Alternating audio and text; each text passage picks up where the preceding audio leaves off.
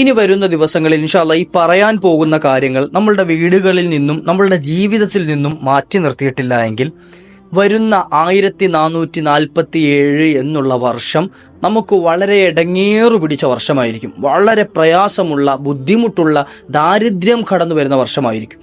അതുകൊണ്ട് തന്നെ വളരെ ഗൗരവത്തിൽ ശ്രദ്ധിച്ച് നമ്മുടെ ജീവിതത്തിൽ നിന്നും മാറ്റി നിർത്തേണ്ട ചില സംഗതികളെ ഇൻഷാ അല്ലാഹ് ഞാനൊന്ന് പറഞ്ഞുതരാം. ഈ പറയുന്നതൊക്കെ എൻ്റെ കയ്യിൽ നിന്നും എൻ്റെ വകയായി പറയുന്നതല്ല, മറിച്ച് മുത്തുനബി തങ്ങളുടെ ഹദീസുകളിലും അതുപോലെ മഹത്തുക്കളുടെ ഗ്രന്ഥങ്ങളിലും എമ്പാടും പരിചയപ്പെടുത്തിയ ചില പ്രധാനപ്പെട്ട സംഗതികളാണ്. വളരെ നിസാരമായ ചെറിയത് നമ്മൾ തോന്നും ചിലപ്പോൾ ഇത് ചെറുതാണ് എന്ന്. പക്ഷേ വരുന്നൊരു വർഷക്കാലം നമ്മളിലേക്ക് മുസീബത്തും രോഗങ്ങളും വിട്ടുമാറാതിരിക്കാൻ ഈ ഒരു സംഗതികൾ തന്നെ ധാരാളമാണ്. ഏതാണെന്ന് കേൾക്കാം ഇൻഷാ അല്ലാഹ്. വീഡിയോ മുഴുവനായി കേൾക്കുക, മറ്റുള്ളവരിലേക്ക് എത്തിച്ചു കൊടുക്കാം. അസ്സലാമു അലൈക്കും വറഹ്മത്തുള്ളാഹി വബറകാതുഹു. ബിസ്മില്ലാഹി വൽഹംദുലില്ലാഹ്. അല്ലാഹു സുബ്ഹാനഹു വ തആല നമ്മുടെ സൽക്കർമ്മങ്ങളൊക്കെ സ്വീകരിക്കട്ടെ. നമ്മുടെ പ്രയാസങ്ങളൊക്കെ അള്ളാഹു തീർത്തു തരട്ടെ. ഖൽബിലെ മുറാദുകൾ അള്ളാഹു ഹാസിലാക്കട്ടെ. വിഷമങ്ങൾ തീർത്ത് സന്തോഷവും സമാധാനവുമുള്ള ജീവിതം അള്ളാഹു നൽകട്ടെ. എൻ്റെ പ്രിയമുള്ള കരളിൻ്റെ കഷ്ണങ്ങളായ എൻ്റെ ഈ ശബ്ദം ശ്രമിക്കുന്ന, നിരന്തരമായി സ്ഥിരമായി നമ്മളുടെ വീഡിയോ കാണുന്ന, ക്ലാസ്സുകൾ കേൾക്കുന്ന, സംശയങ്ങൾ ചോദിക്കുന്ന, ദുആരക്കാൻ ഏൽപ്പിക്കുന്ന ഒരുപാട് സഹോദരങ്ങളുണ്ട്, ഉമ്മമാരുണ്ട്, സഹോദരിമാരുണ്ട്. പലരും വിളിച്ച് സങ്കടം പറഞ്ഞ് കരഞ്ഞ് ദുആരക്കാനൊക്കെ ഏൽപ്പിക്കാറുണ്ട്. അള്ളാഹുവെ എല്ലാവർക്കും നീ റാഹത്ത് നൽകണേ അല്ലാഹ്. ഇപ്പോഴും എൻ്റെ ഈ ശബ്ദം ശ്രമിച്ചുകൊണ്ടിരിക്കുന്ന എൻ്റെ പ്രിയപ്പെട്ട ഉമ്മമാർ, സഹോദരിമാർ, അള്ളാഹു എല്ലാവർക്കും റാഹത്ത് നൽകട്ടെ, സന്തോഷം നൽകട്ടെ. ഉപ്പമാർ, ഒരുപാട് ആളുകൾ പള്ളിയിൽ വരുമ്പോൾ ദ്വാരക്കാൻ കൈപിടിച്ചിട്ട് ഉസ്താദ് ദ്വാരക്കാൻ ഇന്ന വിഷമമുണ്ടെന്നൊക്കെ പറയുന്നവരുണ്ട്. അള്ളാഹു എല്ലാവർക്കും രക്ഷ നൽകുമാറാകട്ടെ. ഖൽബിലെ എല്ലാ ആഗ്രഹങ്ങളും അള്ളാഹു പൂർത്തീകരിച്ച് നൽകട്ടെ. വരുന്നൊരു വർഷം നമ്മൾ യാത്ര പറയുകയാണ്. വരുന്നൊരു വർഷം നമുക്ക് റാഹത്തായി കിട്ടാൻ, ഇനി നിങ്ങളിത് കേൾക്കുന്നത് ഈ വർഷത്തിൻ്റെ തുടക്കത്തിലാണ് എങ്കിൽ ഈ ഒരു വർഷക്കാലം മുഴുവൻ നമുക്കിനി റാഹത്തും സന്തോഷവും ലഭിക്കാൻ ചില സംഗതികൾ നമ്മളുടെ ജീവിതത്തിൽ നിന്ന് ഒഴിവാക്കണം.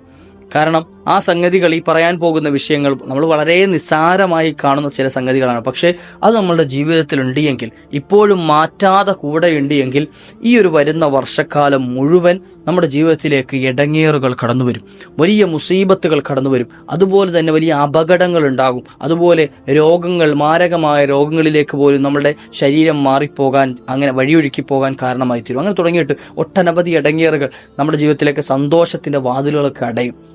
റാഹത്തിൻ്റെ, സമാധാനത്തിൻ്റെ, സക്കീനത്തിൻ്റെ വാതിലുകൾ നമ്മുടെ ജീവിതത്തിൽ നിന്ന് അടഞ്ഞു പോകും. അതുകൊണ്ട് തന്നെ വളരെ ഗൗരവത്തിലൊന്ന് ശ്രദ്ധിക്കണം. പല ആളുകളും ചോദിക്കാറുണ്ട്, ഉസ്താദേ ഈ വിഷയങ്ങളൊക്കെ നമ്മൾ ജീവിതത്തിൽ അറിയാതെ സംഭവിച്ചു പോകുമല്ലോ, അല്ലെങ്കിൽ ഈ പറയുന്ന കാര്യങ്ങളൊക്കെ നമ്മൾ വേണ്ട എന്ന് വെച്ചാലും ശ്രദ്ധിക്കണമെന്ന് വിചാരിച്ചാലും നമുക്ക് പലപ്പോഴും ശ്രദ്ധിക്കാൻ പറ്റാതെ പോകാറുണ്ടല്ലോ, അപ്പോൾ എന്താ ചെയ്യുക, മുസീബത്ത് കടന്നു വരുമോ എന്ന്.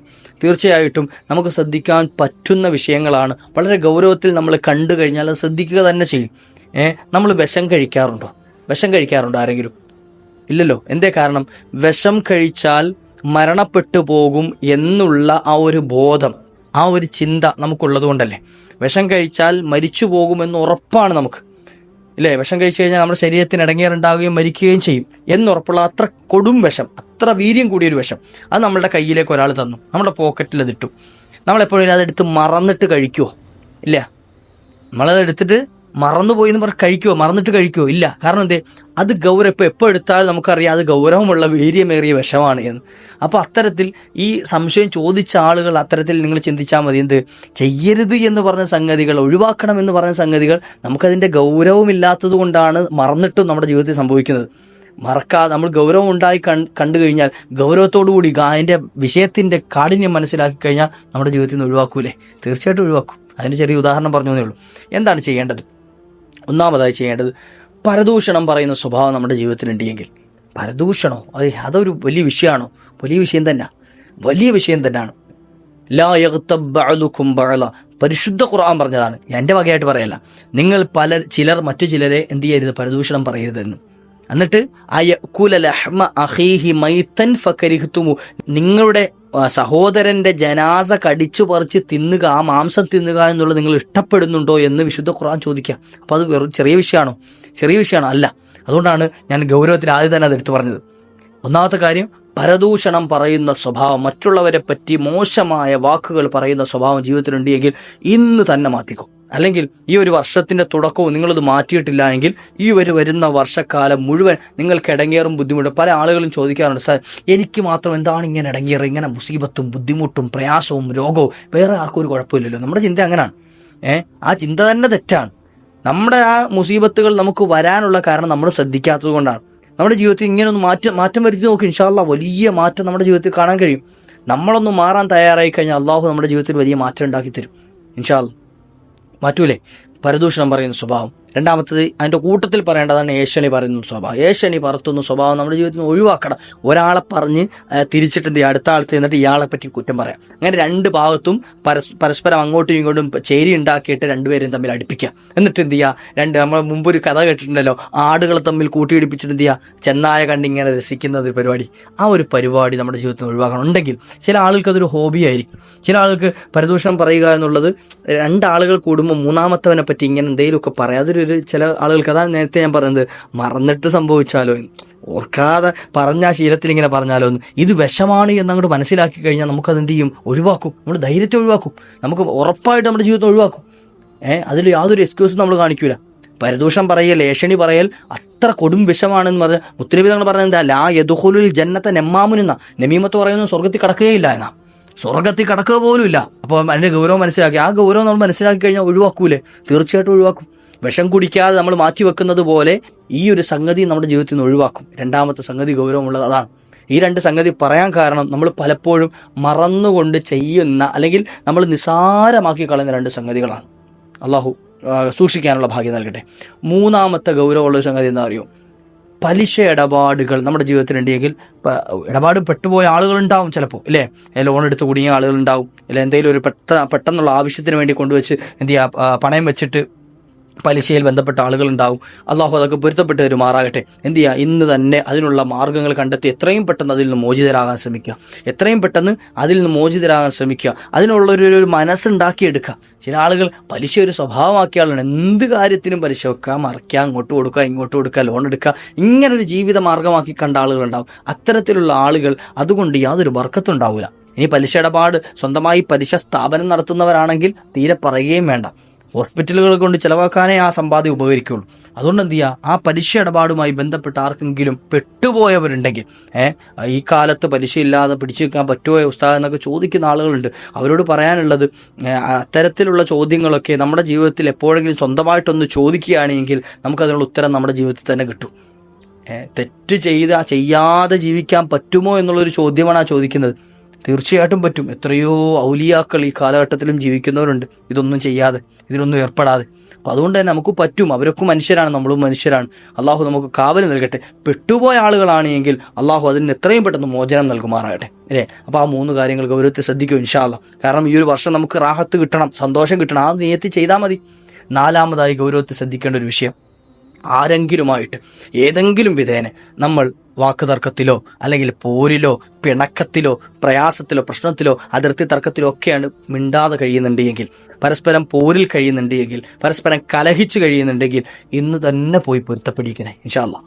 ഇന്ന് തന്നെ പോയി പൊരുത്തപ്പെടിക്കണേ. ഇനി പോകാൻ പറ്റാത്ത ദൂരത്തിലാണ് അവരുള്ളത്, അല്ലെങ്കിൽ നമ്മളുള്ളത്. എന്നാൽ ഒരു ഫോൺ കോൾ ചെയ്ത്, ഇന്ന് എല്ലാത്തിനും സൗകര്യമുണ്ട്. ഇനി നേരിട്ട് കണ്ടുപിടിക്കാൻ പറ്റുമെങ്കിൽ അങ്ങനെ, അല്ലെങ്കിൽ ഫോൺ ചെയ്തിട്ട് അസ്സലാമു അലൈക്കും, ഞാൻ ഇന്ന വ്യക്തിയാണ്, നമ്മുടെ ജീവിതത്തിൽ ഒരുപാട് തെറ്റൊക്കെ ഉണ്ടായിട്ടില്ലേ, എല്ലാം ഇൻഷാ അല്ലാഹ് പൊരുത്തപ്പെടണം, അങ്ങോട്ടും ഇങ്ങോട്ടും ഒക്കെ പൊരുത്തപ്പെടണം എന്ന് പറഞ്ഞ് ഒരു 2 വാക്കിൽ തീരാവുന്ന വിഷയമുള്ളൂ. അപ്പോൾ അതുകൊണ്ട് തന്നെ എന്ത് ചെയ്യുക, ഇനി അതെത്ര ഗൗരവമുള്ള തല പോകുന്ന വിഷയമായാലും ആഖിറത്ത് നഷ്ടപ്പെടുന്നതിനേക്കാൾ അപ്പുറത്തേക്ക് വലിയ വിഷയമൊന്നുമില്ലല്ലോ. വേറൊരു കാര്യം പറയട്ടെ, ഈ 2 പിണങ്ങി നിൽക്കുന്ന ആളുകൾ ഇവർ പരസ്പരം അങ്ങോട്ടും ഇങ്ങോട്ടും സലാം പറയൂല, അങ്ങോട്ടും ഇങ്ങോട്ടും എന്ത് ചെയ്യില്ല, ആ വഴക്ക് തീർക്കൂല. എന്നിട്ട് അവർ ചിന്തിക്കുന്നത് എന്താ അറിയോ, ഞാൻ അങ്ങോട്ട് എന്തെങ്കിലും ചെന്ന് പറഞ്ഞു കഴിഞ്ഞാൽ എൻ്റെ ഇമേജിനെ ബാധിക്കൂലേ, എൻ്റെ ഈഗോ അതിനെ സമ്മതിക്കുന്നില്ല. അയാളും ചിന്തിക്കുന്നത് അങ്ങനെയാണ്. എന്നാൽ ഇതൊക്കെ കഴിഞ്ഞിട്ട് അവസാന സമയത്ത് നമുക്ക് മൂക്കിൽ പഞ്ഞി വെക്കുന്നൊരു സമയമുണ്ടല്ലോ, ഞാൻ അങ്ങനെ വ്യക്തമാക്കി പറഞ്ഞത് മരിക്കുന്നൊരു സമയം. ഈ സമയത്ത് ഇത്തരത്തിലുള്ള ആളുകൾക്ക് സാധാരണഗതിയിൽ മരണം സംഭവിക്കുമ്പോഴുള്ള വേദനയേക്കാൾ കഠിനമായ വേദനയായിരിക്കും ഉണ്ടാകുക. അതെന്തങ്ങനെ പറയാൻ കാരണം, സാധാരണ മരണം സംഭവിക്കുമ്പോഴുള്ള വേദന എന്താണെന്നറിയോ? മഹാനായ മൂസാ നബി അലൈഹി സ്വലാത്തു വസ്സലാമിനോട് മുത്തുനബി തങ്ങൾ ചോദിക്കേണ്ടായി. അവിടുത്തെ യാത്രയിൽ പലപ്പോഴും മൂസാ നബിയെ കണ്ടിട്ടുണ്ടല്ലോ. ആ യാത്രയിൽ മൂസാ നബി ചോദിച്ചപ്പോൾ അവിടുന്ന് ചോദിച്ച് മരണത്തിൻ്റെ വേദന എങ്ങനെയാണ്, മരണത്തിൻ്റെ അവസ്ഥ എന്താണെന്ന്. അവിടുന്ന് പറഞ്ഞ, ഒരു ആടിനെ പച്ചയ്ക്ക് തോലുരിക്കുമ്പോൾ എങ്ങനെയായിരിക്കോ വേദന ഉണ്ടാകുക, അത്തരത്തിലായിരുന്നു എനിക്ക് അനുഭവപ്പെട്ടത് എന്ന്. ഒരാടിനെ പച്ചയ്ക്ക് ഇങ്ങനെ തോലുരിക്കുന്ന സമയത്ത് എന്തായിരിക്കും അവസ്ഥ, അതുപോലെയായിരുന്നു എനിക്ക് വേദന അനുഭവപ്പെട്ടത്. ഒരു പ്രവാചകനാണ്, അള്ളാഹുവിനോട് സംസാരിക്കാൻ അവസരം കിട്ടിയ ഒരു പ്രവാചകനാണ്. അവരുടെ അവസ്ഥ അതാണെങ്കിൽ നമ്മുടെ അവസ്ഥ എന്തായിരിക്കും? ഇതേ ചോദ്യം ഇബ്രാഹിം നബി അലൈഹി സ്വലാത്തു വസ്സലാമിനോട് ചോദിച്ച ചോദ്യത്തിന് അവിടുന്ന് പറഞ്ഞ മറുപടി, ഒരു മുൾച്ചെടിയിൽ നനഞ്ഞ പരുത്തി തുണി ഇട്ടതിന് ശേഷം അല്ലെ ചാക്കിട്ടതിന് ശേഷം അത് പിടിച്ചങ്ങോട്ട് വലിച്ചാൽ എത്രത്തോളം പരുഷമായിട്ടാണ് അത് കീറി മുറിഞ്ഞു പോരുന്നത്, അത്രത്തോളം ഉണ്ടായിരുന്നു എന്നെ പിടിച്ചപ്പോൾ ഉള്ളത്. അതായത് അത്ര പരിക്കനായിട്ടാണ് പിടിച്ചത്. ഈ ഒരു പറച്ചിൽ ഒരു പ്രവാചകൻ, അത് ഖലീലാണ്, അള്ളാഹുവിൻ്റെ കൂട്ടുകാരനാണ്, അവിടുന്ന് പറഞ്ഞാണ്. അപ്പോൾ അവരുടെ അവസ്ഥ അതാണ്, നമ്മുടെ അവസ്ഥ എന്തായിരിക്കും? ഇനി പറയട്ടെ, ഇവർക്ക് ഈ കിട്ടുന്ന വേദനയേക്കാൾ ഇരട്ടിയുടെ ഇരട്ടി, അതായത് അത്രയും കഠിനമായിട്ടായിരിക്കും പിണങ്ങി നിൽക്കുന്ന ആളുകൾക്കുള്ള വേദന ഉണ്ടാകുക മരണസമയത്ത്. അത് മരിക്കുമ്പോഴല്ലേ നമ്മൾ ചിന്തിക്കേണ്ട, കാരണം എപ്പോഴാണ് മരിക്കുക നമുക്കറിയില്ല. ആ വേദന ഒന്നും താങ്ങാൻ നമ്മളെ കൊണ്ട് കഴിയില്ല. നമ്മൾ ആർത്തട്ടഹസിക്കും, പക്ഷെ ആരും കേൾക്കൂല. ആ വേദന സഹിച്ച് ചിലപ്പോൾ ആ വേദന ഖിയാമത്ത് നാൾ വരെ നിലനിൽക്കും. ആ വേദന അത്രത്തോളം കഠിനമായ വേദന നമ്മൾ സഹിക്കേണ്ടി വരും. അപ്പോൾ അതിൻ്റെയൊക്കെ മുമ്പിൽ നമ്മുടെ ഈ ചെറിയ ഈഗോ ഒന്നും ഇല്ലല്ലോ. അപ്പോൾ എന്ത് ചെയ്യുക, ഒരു സലാം പറഞ്ഞിട്ട് എന്തെങ്കിലും വന്നു പോയിട്ടുണ്ടെങ്കിൽ പൊരുത്തപ്പെടണേ എന്നൊന്ന് പറഞ്ഞാൽ തീരാവുന്നേ ഉള്ളൂ. അത് സഹോദരിമാരാണെങ്കിലും പെണ്ണുങ്ങളാണ്, ചിലപ്പോൾ അയൽവാസികൾ തമ്മിൽ പിണക്കുണ്ടാകും, പോയി ഒന്ന് ഒരു സലാം പറഞ്ഞിട്ട് ഒന്ന് പൊരുത്തപ്പെട്ടെങ്ങനെയെന്ന് പറഞ്ഞാൽ മതി. കൂടുതൽ സൗഹൃദത്തിനോ അല്ലെങ്കിൽ തോളിക്കയിടാനോ നിൽക്കണമെന്നില്ല. ഒന്ന് പൊരുത്തപ്പെട്ട, നമ്മൾ മരിച്ചു പോകേണ്ട ആളുകളല്ലേ, പൊരുത്തപ്പെട്ടേക്കണം എന്ന് പറയാം. അയാൾ പൊരുത്തപ്പെടുകയോ പെടാതിരിക്കുകയോ ചെയ്യട്ടെ, സലാം മടക്കാതിരിക്കുകയോ ചെയ്യട്ടെ. നമ്മുടെ ഭാഗം ക്ലിയറാക്കി വെക്കാം, നമ്മുടെ ഭാഗം ക്ലിയറാക്കാം. ചില ആളുകൾ പറയും, ഞാൻ അങ്ങോട്ട് മിണ്ടിയാലോ അയാൾ മിണ്ടൂല എന്ന്. അത് നമ്മൾ നോക്കിയേ വേണ്ട. നമ്മൾ അങ്ങോട്ട് സലാം പറഞ്ഞു, പൊരുത്തപ്പെടണേ എന്ന് പറഞ്ഞു, ഓക്കെ. അയാൾ സലാം അടക്കിയില്ല, പൊരുത്തപ്പെടുത്തില്ലെന്നും പറഞ്ഞു, ഓക്കെ, അയാളുടെ കാര്യമാണ്. നമ്മൾ ചോദിച്ചല്ലോ, നമ്മുടെ ഭാഗം ക്ലിയർ ആക്കിയല്ലോ. അല്ല പറയൂലല്ലോ, നീ എന്താണ് പൊരുത്തം ചോദിക്കാൻ നമ്മൾ ചോദിക്കൂലല്ലോ. നമ്മുടെ ഭാഗം ക്ലിയർ ആക്കിയാൽ മതി, ഇൻഷാ അല്ലാ. അതുകൊണ്ട് ഈ കേൾക്കുന്ന ആളുകൾ ഇനി പൊരുത്തം കൊടുക്കത്തില്ല എന്ന് പറഞ്ഞ് വാശി പിടിച്ച് മസിൽ പിടിച്ച് കേൾക്കുന്ന ആളുകളാണെങ്കിൽ അവർ വന്ന് പൊരുത്തം ചോദിച്ചു കഴിഞ്ഞാൽ നിങ്ങളുടെ കാര്യം കട്ടപ്പുകയാണ്. കാരണം എന്താണെന്നറിയോ, നിങ്ങൾ പൊരുത്തം കൊടുക്കാതെ അവർ വന്ന് പൊരുത്തം ചോദിച്ചു പോവുകയും ചെയ്തു, നിങ്ങൾ പൊരുത്തം കൊടുത്തിട്ടുമില്ല. നബി തങ്ങൾ പറഞ്ഞത് അയാളെ കൊണ്ട് ചൂട് വെണ്ണീര് തീറ്റിക്കുന്നതിന് സമമാണ് അത് എന്നാണ്. ഈ പൊരുത്തം കൊടുക്കാത്ത ആളെ കൊണ്ട് വന്ന് പൊരുത്തം ചോദിച്ചവൻ ചൂട് വെണ്ണീര് വാരി അയാളുടെ തൊള്ളയിലേക്ക്, അതായത് ഈ കനലുണ്ടല്ലോ, തീക്കനൽ വാരിയിട്ട് അയാളുടെ വായിലേക്ക് ഇട്ട് കൊടുത്തത് പോലെയാണ്. അത്ര കഠിനമുണ്ട് ആ വിഷയത്തിൽ. അതുകൊണ്ട് എന്ത് ചെയ്യുക, വന്ന് സലാം പറഞ്ഞാൽ വഅലൈക്കും അസ്സലാം വറഹ്മത്തുള്ളാഹ്, ഞാൻ അങ്ങോട്ട് വന്ന് പറയാനിരുന്നതാണ്, ഞാൻ പൊരുത്തപ്പെട്ടു, നിങ്ങളും പൊരുത്തപ്പെടണേ, തിരിച്ചൊരു വാക്ക് പറഞ്ഞാൽ തീർന്ന ആ വിഷയം. ആ വഴക്കവിടെ കഴിഞ്ഞു. എത്ര തലപോകുന്ന വഴക്കാണെങ്കിലും ശരി, അതവിടെ കഴിഞ്ഞു. ഒന്ന് ചിരിച്ച് സലാം പറഞ്ഞാൽ തീരാവുന്ന വിഷയമുള്ളൂ. ആരുടെ ഇടയിൽ ഈ ദുനിയാവിൽ അതിനേക്കാൾ വലിയൊരു പ്രശ്നമില്ല. ഈ ദുനിയാവിൽ അതിനേക്കാൾ വലിയൊരു പ്രശ്നം ഇല്ല. ഒന്ന് ചിരിച്ച് സലാം പറഞ്ഞാൽ തീരാവുന്ന പ്രശ്നത്തെക്കാൾ വലിയൊരു പ്രയാസം ഇവിടെ ഇല്ല. കാരണം എന്താ, ഏറ്റവും വലിയ മുസീബത്ത് മരണമാണ്. ഈ ദുനിയാവിൽ വെച്ച് കിട്ടുന്ന ഏറ്റവും വലിയ മുസീബത്ത്. അതിനേക്കാൾ വലിയൊരു പ്രയാസം ദുനിയാവിലില്ല. പിന്നുള്ളതൊക്കെ ആഖിറത്തിലേക്കുള്ളതാണ്. അപ്പോൾ ആ മരണത്തെക്കാൾ വലിയൊരു പ്രയാസം അല്ലല്ലോ ഈ നമ്മുടെ ഈഗോ എന്ന്, ഇല്ലേ, ഒരു പ്രശ്നമല്ലല്ലോ. അതിനേക്കാൾ വലിയ മരിക്കുന്നതിനേക്കാൾ വലിയൊരു പ്രശ്നം ഇല്ലല്ലോ. അപ്പോൾ അതുകൊണ്ട് എന്ത് ചെയ്യുക, അതൊക്കെ മരണത്തിൻ്റെ ചോടയാണ് എന്ന് മനസ്സിലാക്കിയിട്ട് പൊരുത്തം ചോദിക്കുക. നാലാമത്തെ വളരെ ഗൗരവമുള്ളൊരു വിഷയം നമ്മൾ പ്രത്യേകം ശ്രദ്ധിക്കണം. അഞ്ചാമത്തെ ഒരു കാര്യം, ഖുർആൻ പാരായണം പതിവാക്കുക. ഖുർആൻ പാരായണം പതിവാക്കുക. കാരണം നമ്മുടെ ജീവിതത്തിൽ ഖുർആൻ പാരായണം ഇല്ല എങ്കിൽ, ഞാൻ ഈ പറയുന്നത് മുഅ്മിനീങ്ങളോടാണ്, ഈമാനുള്ള, ഖൽബിൽ വിശ്വാസമുള്ള, ഉറപ്പുള്ള, യഖീനുള്ള മുഅ്മിനീങ്ങളോടാണ്. ബാക്കിയുള്ളവരൊന്നും ഇത് കേൾക്കണമെന്നില്ല. ഈ ശബ്ദം കേൾക്കുന്ന ആളുകൾക്ക് വിശുദ്ധമായ ഖുർആനിലും അത് അള്ളാഹുവിൻ്റെ കലാമാണെന്ന് വിശ്വാസമുണ്ടെങ്കിൽ ഒരു ദിവസം ഒരു പേജെങ്കിലും ഓതാൻ ശ്രമിക്കുക. ഇനി ഖുർആൻ ഓതാൻ അറിയാത്തവരാണെങ്കിൽ ഖുർആൻ ഓതുന്നു എന്ന നിയത്തിൽ ബിസ്മി ചൊല്ലാൻ അറിയില്ലേ, ബിസ്മില്ലാഹിർ റഹ്മാനിർ റഹീം കുറേ തവണ അങ്ങ് ചൊല്ലുക. ഫാത്തിഹ ഓതാനാണെങ്കിൽ ഫാത്തിഹ കുറേ തവണ ഓതുക. ഇനി കുൽ ഹുവല്ലാഹു അഹദ് സൂറത്ത് ഓതാനാണെങ്കിൽ കുൽ ഹുവല്ലാഹു അഹദ് സൂറത്ത് കുറേ ഓതുക. എന്ത് ചെയ്യുക, ഒരു ദിവസം കുറഞ്ഞ സമയമെങ്കിലും ഖുർആനുമായിട്ടൊരു ബന്ധം ഉണ്ടാക്കുക. അല്ലാത്ത വീടുകളെ സംബന്ധിച്ചിടത്തോളം മുത്തുനബി തങ്ങൾ പറഞ്ഞ എന്താണെന്നറിയോ, ചത്ത ശരീരം പോലെയാണ് ആ വീടുകളെന്ന്. ആ വീടുകൾ ഒരു ബർക്കത്തില്ലാത്ത വീടായിരിക്കും. മലക്കുകൾ ആ വീട്ടിലേക്ക് നോക്കുക തന്നെയില്ല. നമ്മുടെ വീട്ടിൽ ഒരു ദിവസം ഖുർആൻ ഓതിക്കഴിഞ്ഞാൽ എന്താ നേട്ടമെന്നറിയോ, ഞാൻ ഒരു ദിവസം എന്ത് ചെയ്യുക, ഒരു ഫാത്തിഹ എൻ്റെ വീട്ടിൽ നിന്ന് ഇങ്ങനെ ഓതുകയാണ്. അള്ളാഹുവിൻ്റെ കലാമാണെന്ന് നെയ്യത്തോട് കൂടിയിട്ട് ഒരു ഫാത്തിഹ ഇങ്ങനെ ഓതുക. നമ്മുടെ വീടുകൾ ആകാശത്ത് നിന്നും മലക്കുകൾ ഇങ്ങനെ നോക്കുമ്പോൾ, നമ്മളിപ്പോൾ ഭൂമിയിൽ നിന്ന് ആകാശത്തേക്ക് നോക്കുമ്പോൾ നക്ഷത്രങ്ങൾ തിളങ്ങി കാണുന്നത് പോലെ ആകാശത്ത് നിന്ന് നോക്കുന്ന മലക്കുകൾക്ക് ഭൂമിയിൽ നമ്മളുടെ വീട് ഇങ്ങനെ തിളങ്ങുന്നതായി കാണും. എന്തേ കാരണം, നമ്മൾ ഓതിയ ഖുർആൻ്റെ ബറക്കത്താണ്. നമുക്ക് അള്ളാഹു പരിഗണിച്ചതിൻ്റെ അടയാളമാണിത്. അല്ലാത്ത വീടുകൾ ഏതാണ്, നേരത്തെ പറഞ്ഞ പോലെ ചത്ത ശരീരം കിടക്കുന്ന പോലെ ആയിരിക്കും, ഒരനക്കവുമില്ലാതെ ഇരുട്ടടഞ്ഞു കിടക്കും, മലക്കുകളുടെ കണ്ണിൽ പോലും പെടാത്ത രൂപത്തിൽ. അപ്പം അത്തരത്തിലുള്ള വീടുകളായി മാറാൻ പാടില്ല. അത് നമ്മുടെ ജീവിതത്തിലെ ബർക്കത്ത് കെട്ടുപോകും.